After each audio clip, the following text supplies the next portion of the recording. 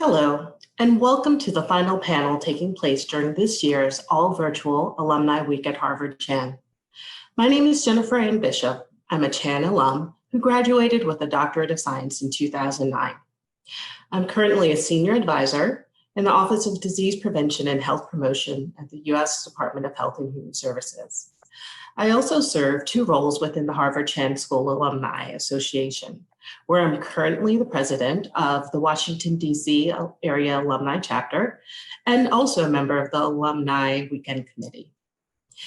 This year's switch to a virtual format has given us the opportunity to have a more global audience than our typical program. We're so happy to have alumni joining us from all over the world.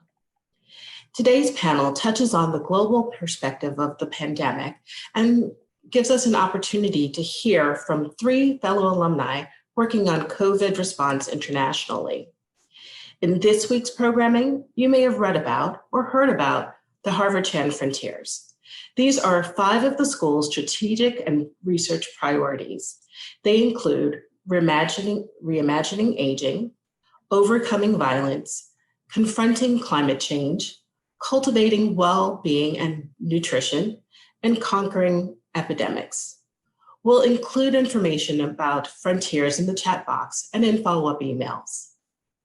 Before I introduce our panel, I wanted to take a moment to thank the alumni of the Harvard Chan School who have supported the school in this global public health crisis. We've raised more than $69 million for the school in research, student scholarships, and financial aid.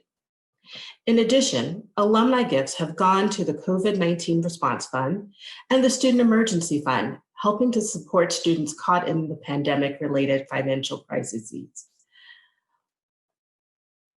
We'll include a link in the chat box where you can go and learn more about how you can support the School of Public Health and its effort to combat this public health crisis. Public health is having a global moment. Please consider making your gifts so the Harvard T.H. Chan School of Public Health can continue to respond to this and other public health emergencies.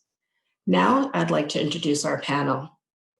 We have with us today Dr. Louis de Toca, a 2013 MPH graduate of the Harvard Chan School.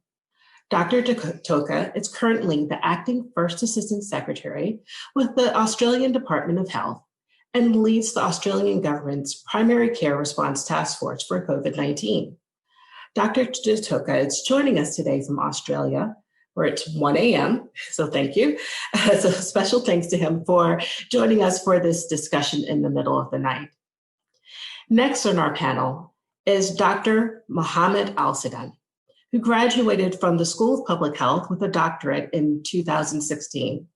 Dr. AlSeaidan is currently working with the Kuwait Ministry of Health and is an epidemiologist and the head of environmental health division there.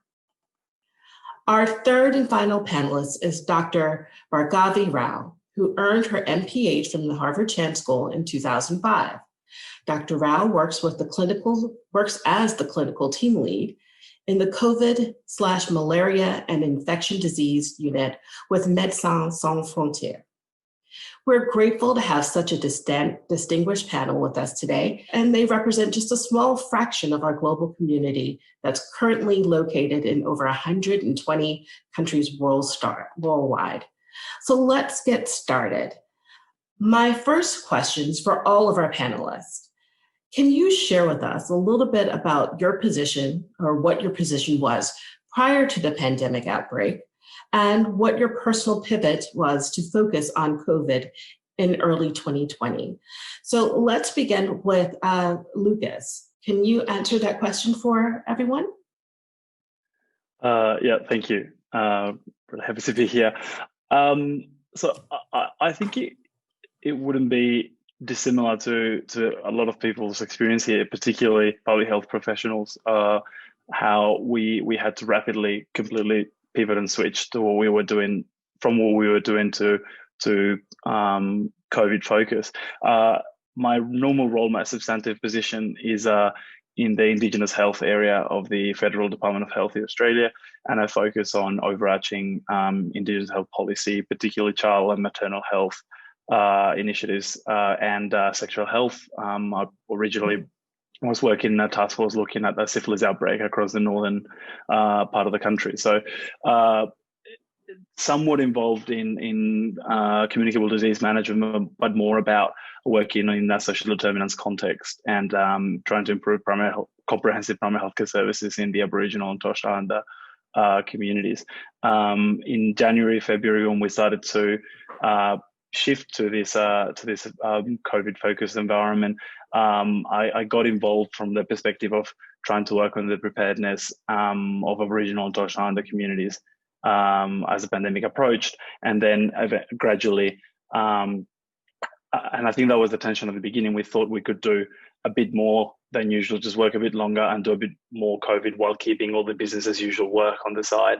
And then it became very obvious that that wasn't a thing, that we had to pause some of the activity that we were having on the other areas. And pretty much from mid-March, I became full-time or extra full-time, as I think we've all been in the last 6 months, to the COVID response, and not just Indigenous aspects, but the overall response in the primary care system. Great, thank you. Mohamed, would you like to share your experience with us? Yeah, well, thank you for having me part of this. Actually, similar to Lucas, well, we've been doing a lot of, before COVID, I've been working on the environmental health issues, such as doing the environmental epidemiology, policy making, building capacity, all of that. And then when COVID started, we slowly transitioned into initiating our emergency preparedness protocols and trying to set up and make sure that everything is in place. And then when cases started appearing and accelerating, we slowly, or actually it's more rapid transition of the whole department into that focus. So for example, my division was all shifted into logistics of that are related to the quarantine areas, the logistics of contact tracing and follow-up. We were also involved in helping set up the field testing centers. And some of us were transitioned into the advisory role of reviewing the latest international data and understanding the global picture of what's going on. And trying to translate it to understand what that means to us locally. And of course, reviewing the local data and what's going on and trying to advise on that. And then also we were heavily involved in reviewing the protocols that have been updated, because this is of course a new disease, and the incubation period, the transmission duration, and all of that was being updated very frequently, and we had to update all our protocols. So we've been involved with many committees, and a lot of us barely went home for a long time. Wow, that's really challenging. Last but definitely not least, Bhargavi, could you share your experiences with us? Hi, Jen, and thanks so much for having me with this panel. So I feel a bit of a fraud because actually my day job was to be an infectious diseases specialist at MSF anyhow. So I work at the Operational Centre Amsterdam, which is one of the 5 main sections of MSF, and I'm the Malaria and Infectious Diseases Advisor. So my job is generally outbreaks and as well as malaria. And so I think that my pivot was much smaller in a sense. I basically took charge of being the focal point for our technical teams to sort of coordinate between all the different specialties, because as we all know, this is a new disease and lots of new challenges. So coordinating between all of our different specialists, be it water and sanitation, be it reproductive health, HIV, TB, and really having to consider the implications for all of the different programs. And when I say all of the different programs, I mean, so I guess that the real difference in my work has been one of the things that MSF very much prides itself on is its proximity to the people which we serve. And so, I would normally be in the field, on the ground with our teams. And one of the big challenges that this has thrown up to the way I've had to work is to be based here in London and actually having to do all of this remotely and looking at how we connect to our field teams, how we also look to see how staff move around and things like that. And that's all had to be done from a very central location. So that's been a massive change for us, given how so much of our work is predicated on proximity. Interesting. Thank you so much. So the next question is for Lucas, and it relates to something that you had mentioned before. As we know, the pandemic has been especially hard on those who have less access to healthcare.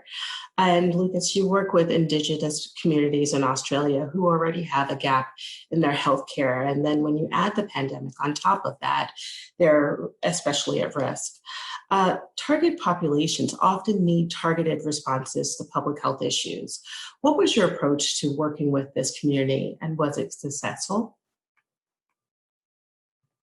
Yeah, absolutely. So not unlike other First Nations people or Indigenous communities throughout the world, there is a quite well-known health disparity between Aboriginal Australians and other Australians. The burden of disease is 2.3 times higher. The life expectancy is 10, 15 years lower on average. And, you know, Harvard Chan alums are pretty familiar with how social determinants, post-colonial dynamics and just the general dynamics on marginalized minorities interplay to create those conditions. So that's not surprising. And we had prior experience from the 2009 pandemic, plus emerging evidence from what was happening overseas that sort of confirmed that even without knowing the actual dynamics of spread and severity in our population, there was a strong chance that were COVID to take place and take hold or in Aboriginal communities, particularly remote communities where the health gap is even steeper, and as you're saying, the accessibility of services is lower, there could be devastating consequences. So there was a strong recognition from the beginning that the considerations of Aboriginal Torres Strait Islander people as a priority group had to be a big part of the response, and they are incorporated into the overall Australian pandemic response plan. But I think what it is often missing in this discourse about Indigenous disadvantage of First Nation communities is it's very deficit based. It's all about the gap and the disparity, as opposed to some of the strength and the resilience in the communities. And in Australia, the Aboriginal health sector is very strong. There's not unlike in Canada or in New Zealand or some of the Indian health service. There's stronger Indian health services in the United States. There's a strong network of Aboriginal community-controlled health organisations that provide comprehensive primary healthcare in a very holistic way, in a very alma ata style, and that have strong advocacy, strong public health knowledge, and strong understanding of what their communities need, because they're governed by the communities they serve. And it was the community-controlled health services themselves that very early on, from the early reports of the emerging novel coronavirus in the early stages of the pandemic, they recognized that they needed to start getting ready and prepare for protecting themselves for COVID. Aboriginal health services started to develop communication materials and campaigns really early on. Some remote communities used the powers that they had within their land rights legislation to actually restrict access permits into the communities to shield themselves from potential importations from outside. And it was and then the government in very early March responded by establishing an advisory group and a task force to specifically focus on Aboriginal and Torres Strait Islander preparedness, but recognizing that we couldn't do that alone, so that the task force was co-chaired by the Department of Health, by myself, and by the National Aboriginal Community Controlled Health Organisation. So every aspect of the pandemic, every step of the plan, every policy that we put in place, not just in the Aboriginal response, but in the overall mainstream response, has been informed from the very beginning from that partnership approach with Aboriginal communities. This advisory group, this task force that at the beginning was meeting 3-4 times a week, but has continued to meet weekly ever since, had public health experts, community leaders, government officials from the federal government and every state and territory, so that we could have true discussions on the design and implementation of services, and not just how the way that sometimes government do things, which we cook everything inside and then at the end consult and say, yeah, great, check, and then go and implement. But we were having quite robust conversations of what was needed at the very beginning, with a lot of fear, a lot of panic, a lot of uncertainty, but we were designing and implementing and refining the policy as we were going with the communities that it was targeted towards. So that actually was guaranteeing that buy-in, that communication, making it through, but also ensuring that the response was effective. And I mean, it's early, and I'm not. I think I'm foolish enough to be overtaken by the pandemic optimism. But so far, the overall Australian response has been, we think, relatively successful compared to what it could have been, with mostly controlled outbreaks, except with a resurgence in Melbourne the last couple of months. But overall, relatively low numbers of deaths. But for once, which is almost a novelty for Australia, we have a positive health gap with the Aboriginal and Torres Strait Islander population, because the rate of infection in Aboriginal and Torres Strait Islander communities has been 6 times lower than in the general population. And to date, touch wood, there hasn't been a death in the Aboriginal and Torres Strait Islander community, and no cases in remote communities. So to us, it's a very clear example of the leadership of the communities in mounting out their own response, and the importance of government coming to meet them and designing all the programs in partnership. And in fact, we're looking at cementing some of the COVID-19 specific partnership structures that we set up onto more permanent basis for ongoing Indigenous health policy, as opposed to this ad hoc process. Excellent. I love how that's informed your future activities. Thank you. My next question is for Mohamed. To follow up on the question that I just posed to Lucas, you shared with me in our first meeting that Kuwait has one of the highest COVID rates per capita due to areas with dense population with little ability to social distance. Can you share the work that you did to combat this issue?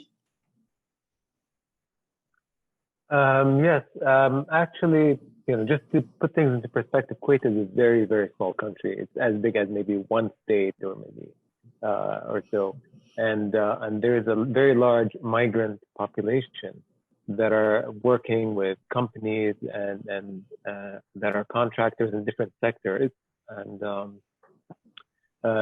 they tend to live in, a lot of them live in group homes, which can tend to be a bit crowded. And so that posed a challenge for us in the beginning, because we thought, we were worried about that. And then suddenly some of the cases started there, but we were very aggressive about testing and following up all the contacts. And this is probably one of the reasons why the numbers shot up in that population, or at least the confirmed cases. I think we're very proud that in the beginning we were very aggressive in testing, and as soon as some of the cases came out, we were able to detect them quickly. But because of this close proximity of the living situation, the numbers actually started shooting up very quickly.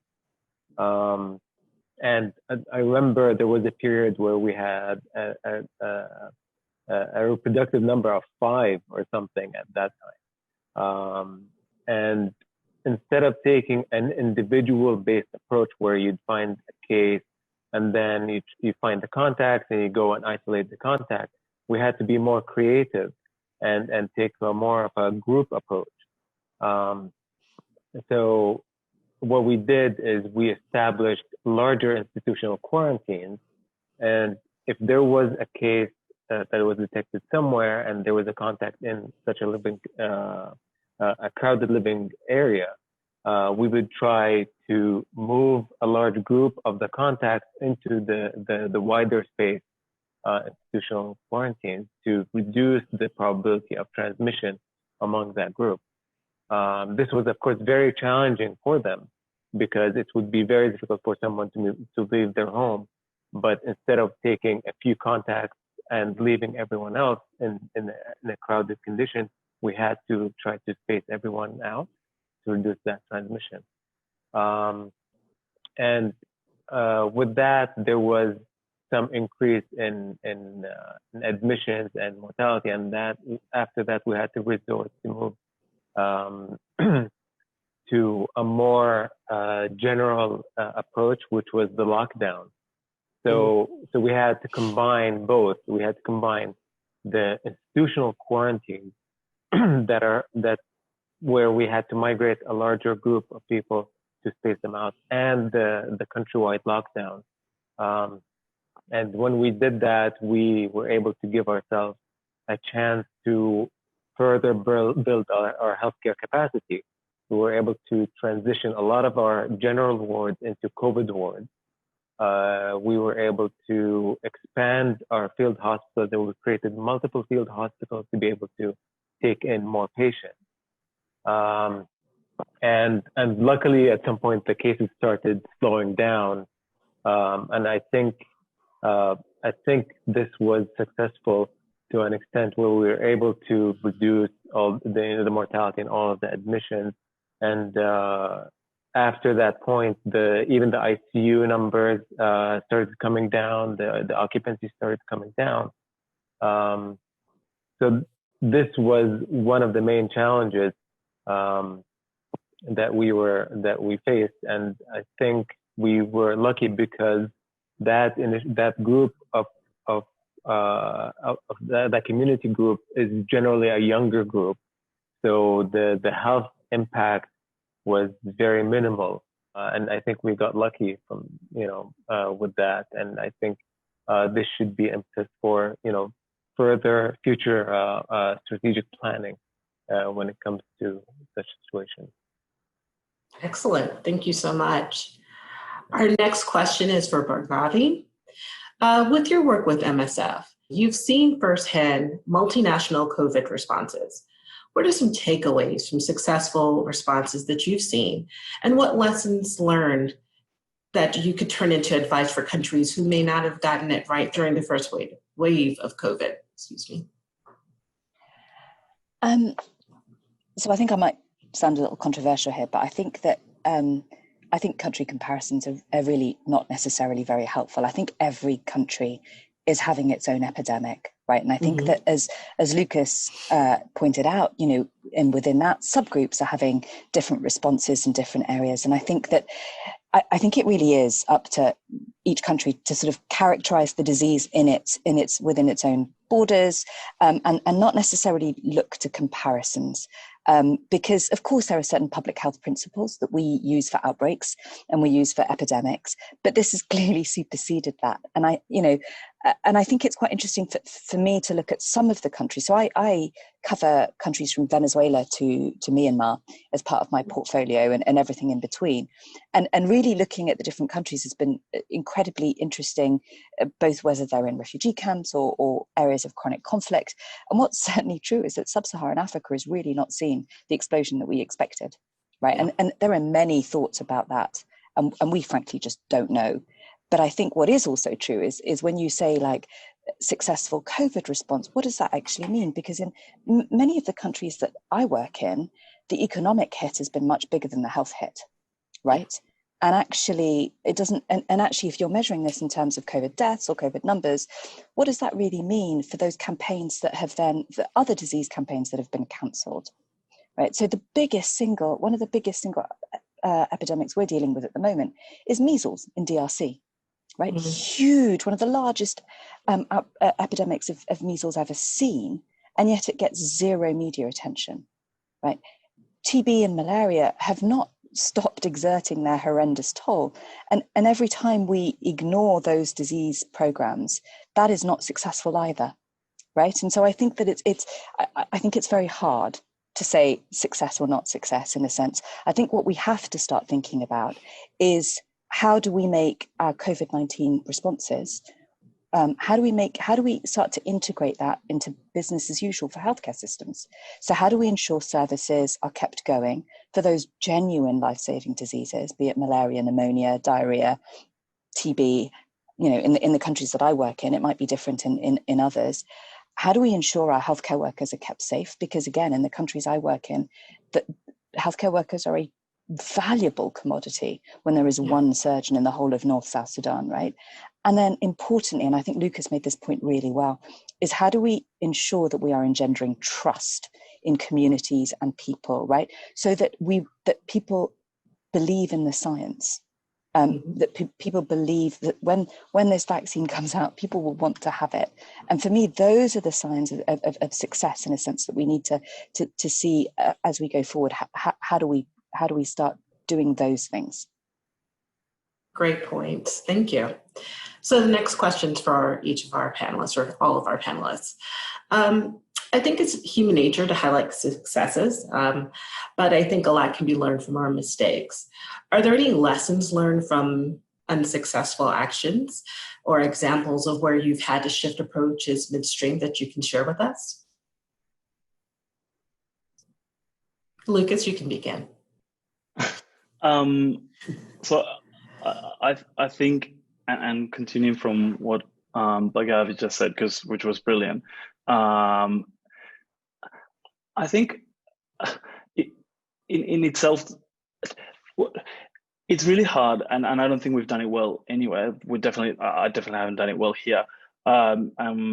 Is dealing, and not just general population or sort of lay people, but also us as public health professionals, dealing with the fact that we have been working at this rate. We have really ramped up activity. We sort of embrace this once in a lifetime situation in which our skills, our discipline, all our obscure terms, effective R, reproductive rate, epidemiology, are all of a sudden mainstream, and we go into action and we do this thing and we put all the controls in place, and different places apply different levels of restrictions, and public health orders and public health powers are extraordinary at the moment, and we know this is not going to be. We keep saying from the beginning, this is not a sprint, this is a marathon, and we have all these mantras that we keep repeating, but we actually don't understand what that means. And yes, we knew this wasn't going to go away in June. We knew this wasn't going to finish in April when we were ramping up. We knew this wasn't like we kept talking about COVID normal and whether we had to think of what things were going to look like in a year or two, but we can intellectually know it, but I don't think we emotionally fully incorporated it, and I don't think we've been able to fully communicate it and transmit it. And the fact that things have shifted, things have changed, we've learned more and adapted, and the fact that we've had to convey that to the public while maintaining, as Bhargavi was saying, the trust and our position as experts, knowing what needs to happen when really we don't, to a great extent, because this is unprecedented and there's many other conditions than just the public health needs that are interplaying and will have everlasting consequences to a lot of people. That's been really hard, and we've seen it with even small things like at the beginning, like a expert infection control advice in Australia. We did not recommend general use of masks in population in everyday activities because we didn't have community transmission. And we wanted to preserve surgical mask stock, and that makes sense. But we were saying soaring epidemics in Europe and the US, and people wearing masks everywhere, and the success of control efforts in post-SARS countries where mask use is much more normal. So we had to almost fight, as opposed to in the US, we had to fight pressure for mandating the use of masks when we didn't think it was needed. Then situation changes in Victoria. We have an outbreak in Melbourne, high numbers of cases, populations with high density, and then Victorian authorities, consistent with the advice and consistent with the need at the time, then impose mandatory mask use in the Melbourne area and then the whole state. Oh, you guys have changed the advice. Public health is a joke. You were telling us not to wear masks, and now we're saying this is mandatory. We're not good at nuance, and we're not good at communicating nuance, and we're not good at also admitting that there's a lot that we don't know. And I think that shifting paradigm, the adding information, the conveying nuance, and also the knowing both intellectually and emotionally that this is just something that is going to go on for a long time and we're going to have to normalize somehow, is something that I don't think we're doing well. Thank you. Mohammad or Bhargavi? Mohammad? Yeah, well, I think one of the main issues that that we need to look at is experience. Nobody's perfect. Nobody, this is relatively new for a lot of countries and a lot of communities. And I think one of the main factors that could help you overcome all the, I wouldn't say mistakes, because I would say, the setbacks is having experience in that. And we've seen that countries that have experienced something similar to that were able to get ahead of other countries. And,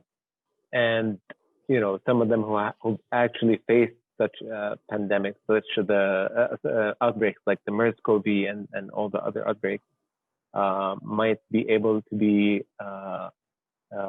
ahead when it comes to that. And when doing that, you learn a lot of new things. On having things on paper and having things, reading about them is very different than actually facing them. And and this is unfortunately one of the things that the world had to face, because this is the last time something like this happened was maybe the Spanish influenza or so. And so one of the things that we did not really anticipate is the community impact. How much is this? Was this going to impact the community in terms of economic impact, in terms of mental health, in terms of disruption of the social activities? We knew that this might have an impact, but we didn't understand it until it was implemented. So when you have a countrywide lockdown, or when you have social economic restrictions, from the health perspective, you think this is perfect. Once we have this set up, we're going to control the disease and everyone's going to understand. But then you realize that people are behaving in a different manner because they are impacted by it and it affects them. So definitely this was one of the things that we did not anticipate. And this is something that comes with experience. So that's one of the things. The other thing is managing your expectations. Again, with experience, you know what to expect. You know what's the right step to do. I know most of the world improvised when it came to responding based on the evidence that's available. Every country has a different response. Some of the countries, or at least some of the countries in the Middle East, were more focused on preventing the transmission coming into the country rather than focusing internally. And this of course takes a lot of resources. It takes a lot of effort, and it could have been effort spent elsewhere. Could have been spent locally in raising awareness and setting all the community safeguards and all of that. But again, when you do something like this, you can't judge what the alternative would have been. You could have been one of those countries that focused locally, but then you'd say, oh, we wish we would have focused on preventing the disease from coming in, or at least delaying it. We know that in the time of in this era of globalization, everybody is traveling in and out of countries, and eventually there will be transmission. But was delaying it or trying to delay it a good approach or not, versus focusing locally? We won't really know until it's a bit late. So yeah, I think that's my response to that question. Thank you. Excellent points. Bhargavi, do you have a response to the question? Yeah, well, I certainly wish I hadn't spent a good chunk of budget on hydroxychloroquine at the very beginning of this outbreak, if you're talking about mistakes made, and then spent, weeks rewriting guidance and things like that. But I think, I'm being a bit flippant, but I think that what's certainly been really interesting to me is just how hard it's been to deal with uncertainty. I mean, people laugh at me because pretty much still every lecture I give about COVID, I start with, we know so little and we can do so little.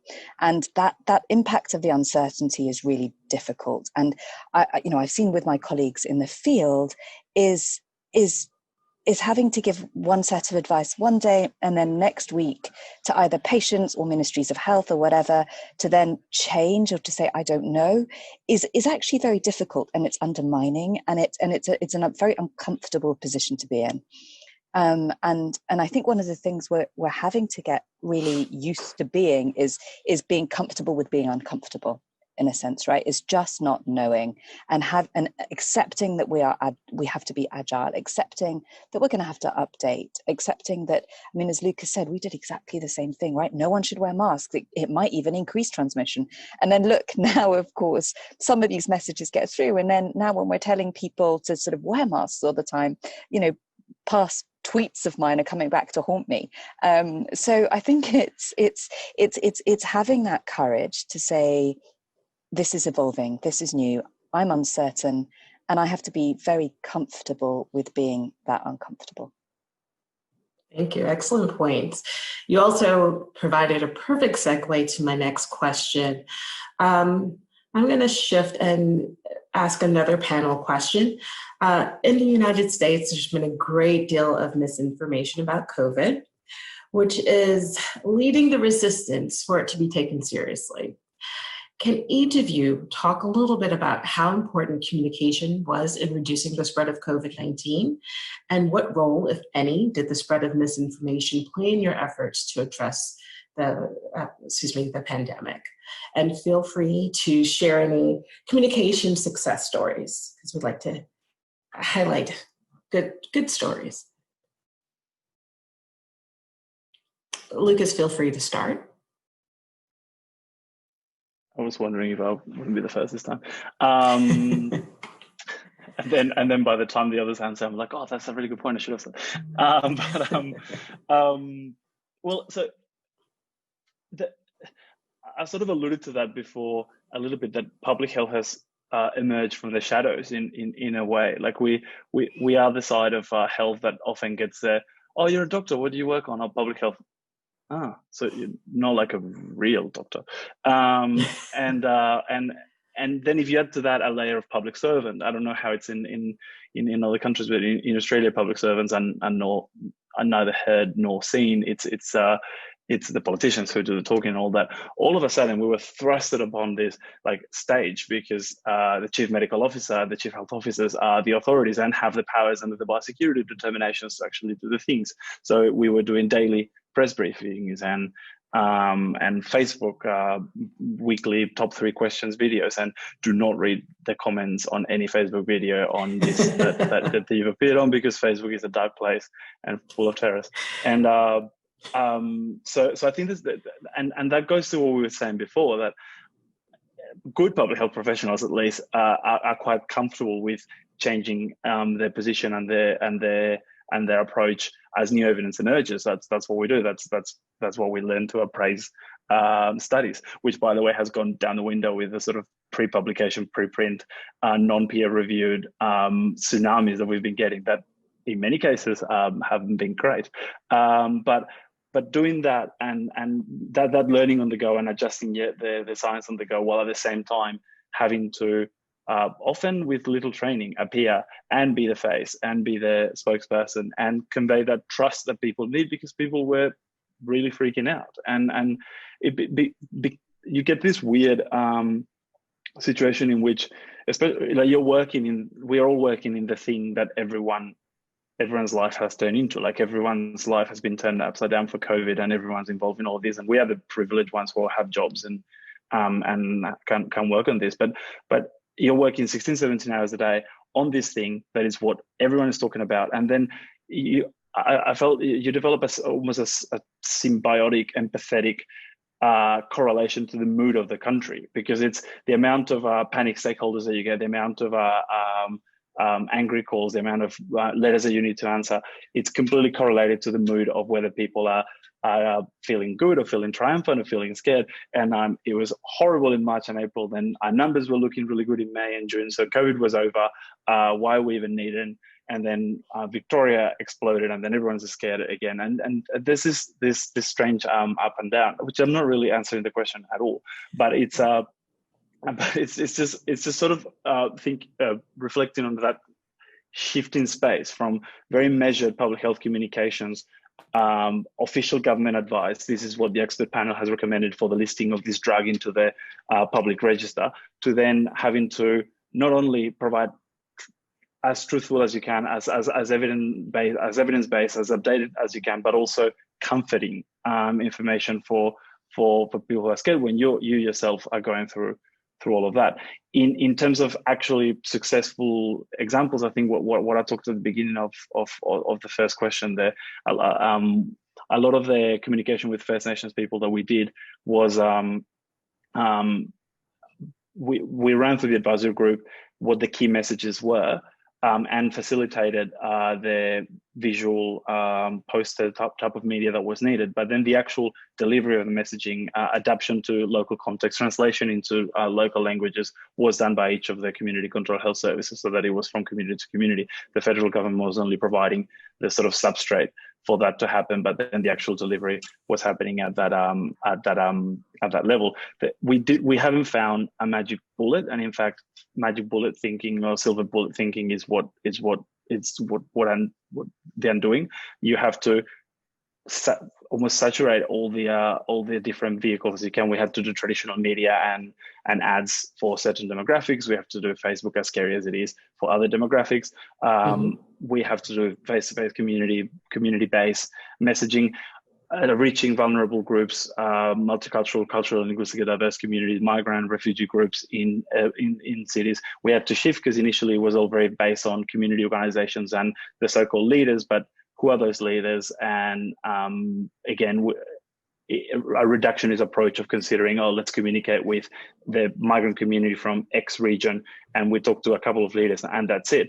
Well, other patterns and the communication channels from a 6-year-old first generation person from that community, the same as a second or third generation 20-year-old. And so there's no really one answer. You just have to try all different things that constantly shifted, to the point that we even decided for a couple of weeks last month to just suspend TV ads because people were over it, and Australia needed a little COVID break from a TV perspective. So we just suspended the media buy for a week or two, and before resuming it. So yeah, I guess the communications approach needs to be as sort of far-reaching and changing as chaotic my response was.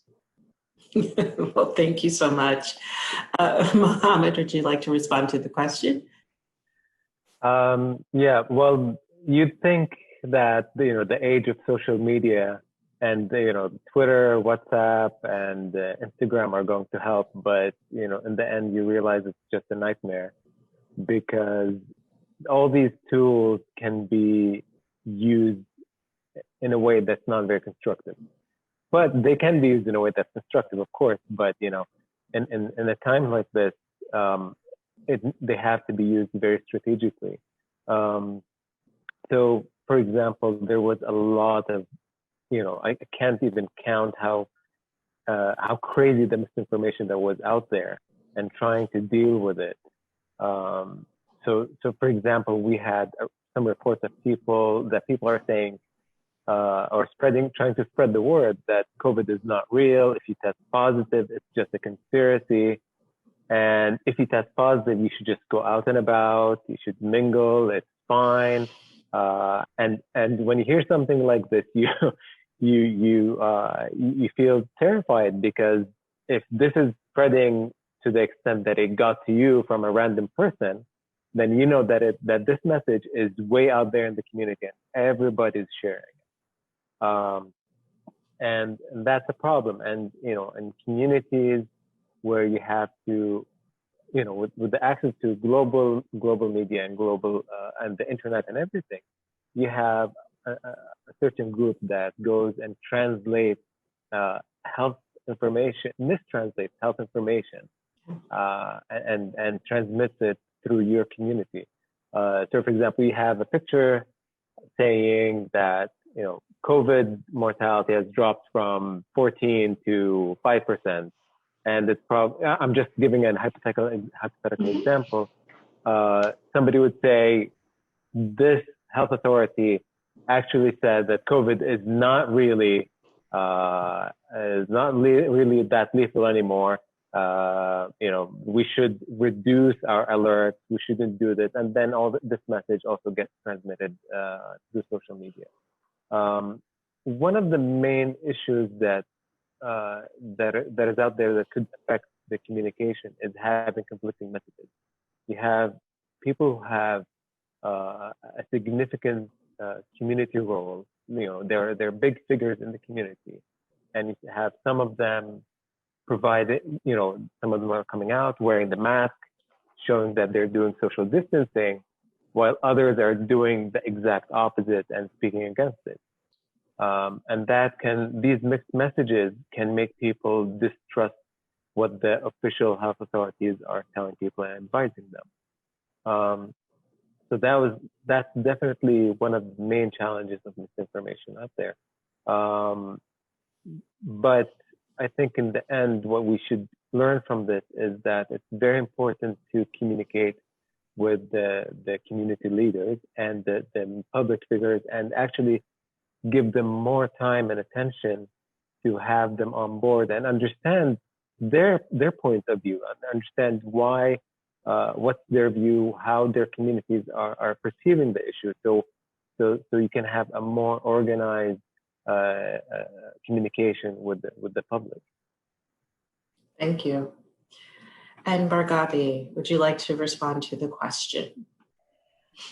I guess I might take us back a little bit to Ebola, and I think that as MSF we learned a lot from both recent large epidemics, but particularly the second one, where it was obviously in an area of great conflict, and the propensity for false information to circulate. And by false, I mean both misinformation, so incorrect information, but also disinformation, which is very deliberate perpetuating of incorrect information for a purpose. And we know that both happened with Ebola, right? And we also know that also led to our treatment centres being burnt down, and healthcare workers being killed.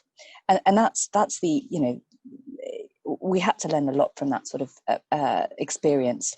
And one of the things that really came out was this importance of engaging the community. And I use that word almost, I'm embarrassed a little bit when I use that word, because I think we talk about the community all the time and none of us really know what community is. And I think that at MSF we have a huge privilege in being sort of very proximate to the people in which we treat, but we also don't have the responsibility of a Ministry of Health, right? So our role is a little bit easier in inverted commas per se, because we do very much sort of serve particular groups of people rather than having to take responsibility for a wider population. But community engagement and community participation is certainly something that we really learned the hard way, frankly, was vital to forming an effective response. And that meant things like, literally, when we built an Ebola treatment centre, walking people around it, when we built it, walking people around it, explaining what things were, right? Even in engaging them in where these things were being built.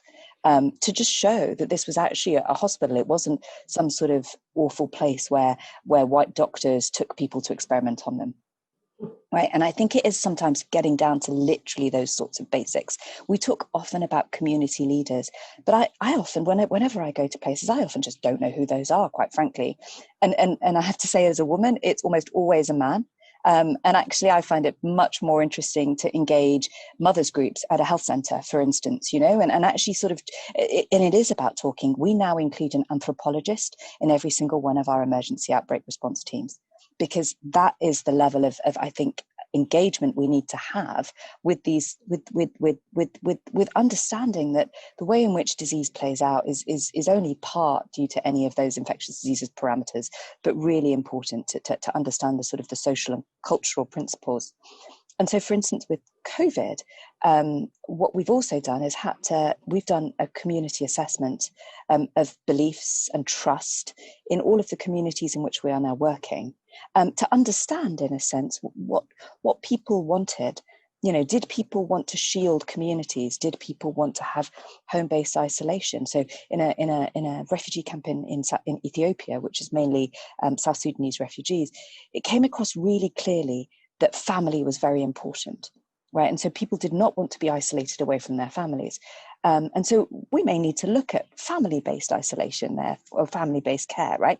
And just in a sense, it doesn't fit our public health principles of contact tracing and isolating people, but we may have to just adjust some of these things to fit in with what works for people, and that it was a bit like with Ebola, like, how do you get people to start thinking differently about funerals, about sharing food, these just really basic things, and start with the building blocks of life and work upwards, because sometimes public service announcements just fall on deaf ears, quite frankly. And I think that there is something about sort of getting down to the nitty gritty that helps us. And I'm always amazed by how wise Peter Hotez is. And I'm sure many of you guys who are in the American audience know about him and his incredible struggle against anti-vaxxers. And it scares me at the moment that we still think about 50% of people or 30% of people wouldn't accept a vaccine for COVID, even if it was available. And I think my second point would be a little bit is we need to communicate this better. Right. I mean, I think we as doctors, we as public health physicians, we just need to know how to communicate science and evidence better, so that and speak it in real terms, so that people understand. And people are not stupid, right? If they people will do anything to protect themselves and their families, and we have to be able to engage with that. Thanks. Great, thank you. Just in the interest of time, I'm going to shift really quickly and see if we can answer a couple of questions from the audience. And I am going to ask you to keep your responses brief. And the first question I'd like to pose is, how did your training at the Harvard Chan School prepare you for management of a pandemic? And feel free to unmute yourself and answer.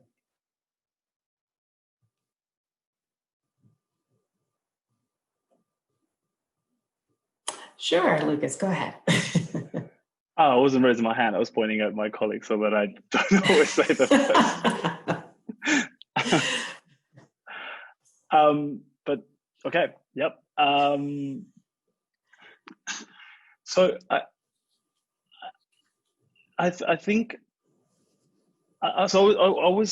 and I've talked to colleagues and with Roberta, who used to manage the MPH program, that the training at the school, I feel really prepared me for my public health life, and especially my previous role when I was working in a remote Aboriginal community, looking after as the chief health officer for the region, and the mix of a human rights framework and racism and health, and but then the sort of health policy, HPM aspects of rich country health versus some of the global health components of lower and middle income countries. All of that intersected very well in managing public health in a remote Aboriginal community in a rich country.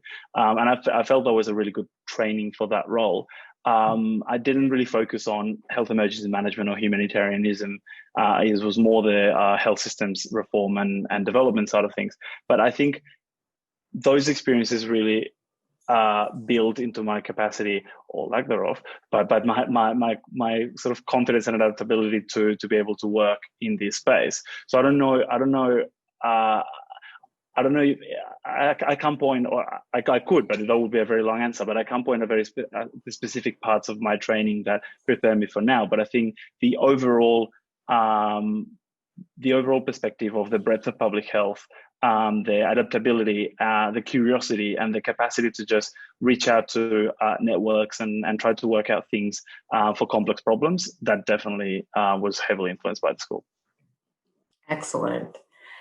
I'm going to try to squeeze in one more question. And Lucas, I'm actually going to take you. You don't have to answer this one unless you want to. So I think this question is actually geared for Bhargavi. How have health authorities in India responded to the pandemic, and what role has MSF played in addressing the gaps in the health system? Thanks so much for that question. I think India has been confusing in any way, sense. In India, shut down, locked down very early, and then had this huge and immense movement of migrant workers, labourers back, who basically were left with very little support. Back to their home communities and their home villages, one of the largest migrations of people since partition in that country. And I think that the inevitable health consequences of that will undoubtedly be huge. And I think we're only starting to see some of that now. And then, of course, cases didn't go up for a bit, and everyone thought, well, haven't they done brilliantly? And then clearly now we're looking at 100,000 cases a day, and some very and undoubtedly almost that's underreporting, right? And the deaths are undoubtedly being underreported. And then again, this contrast. Kerala was seen as this real sort of outlier and Shaila's a teacher that it was seen as this real paragon of leading a public health response. And of course, eventually, with returning migrant workers and other factors, levels have gone up in Kerala as well. So I think that India is very hard to piece apart. And what's been also interesting is the interplay of the private and public healthcare systems. So it's taken a while for the private healthcare system to come into play and sort of offer bed capacity and treatment capacity. There was certainly some quite horrific cases of patients being turned away by the private sector. And I think that there are loads of things for I guess, the Indian MOH to think about in the long term. Where is MSF in this? Well, we have as I said, we are not a Ministry of Health. We are often there for very particular reasons. So we have missions in Kashmir, in Bihar. We do a lot of HIV TB work up in the northeast. And we do some sexual and gender-based violence work in Delhi. And we're also in Chhattisgarh, which is a particularly interesting project with working with the tribals or communities that really have no access to care. We've set up a big COVID treatment centre, repurposed one of our HIV treatment centres in the northeast. But I think our main goal has been, in a sense, to, as you say, plug the gap. So help with screening, help ensure that TB HIV services keep going, help ensure that patients with, and create models to show how that can happen, right? So making sure that people have takeaway bags, so to see if we can do monitoring at home, to see how we shield high-risk groups. And those are the sorts of models we're trying to develop. And I think the other thing is really to start generating some information on what this looks like in these communities. Almost all the evidence we have at the moment is really from Western Europe and China.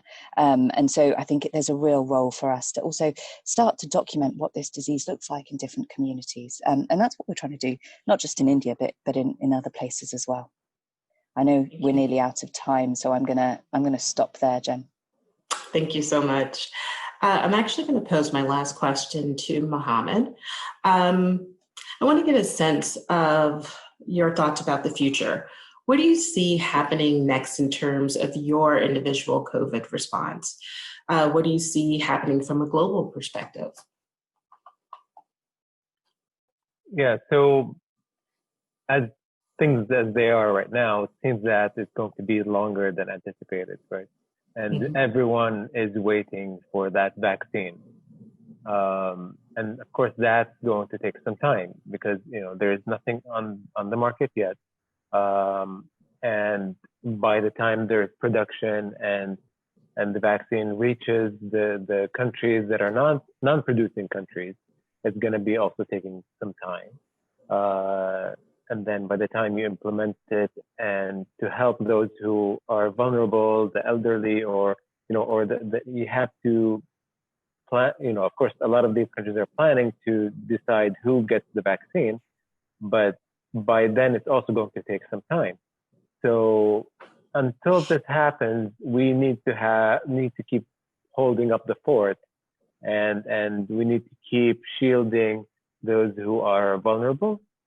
So I think most of the efforts in the time being should be, or I think they're going to be towards closely monitoring the cases, closely monitoring the ICU admissions and the mortality, and trying to strike that that balance between not choking off the community and and at the same time trying to limit the COVID transmission to those who are vulnerable.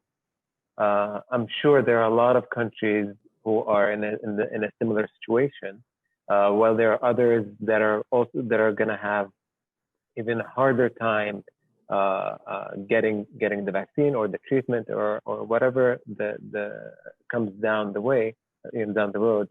And there are other countries who are going to have faster accessibility, of course, to it.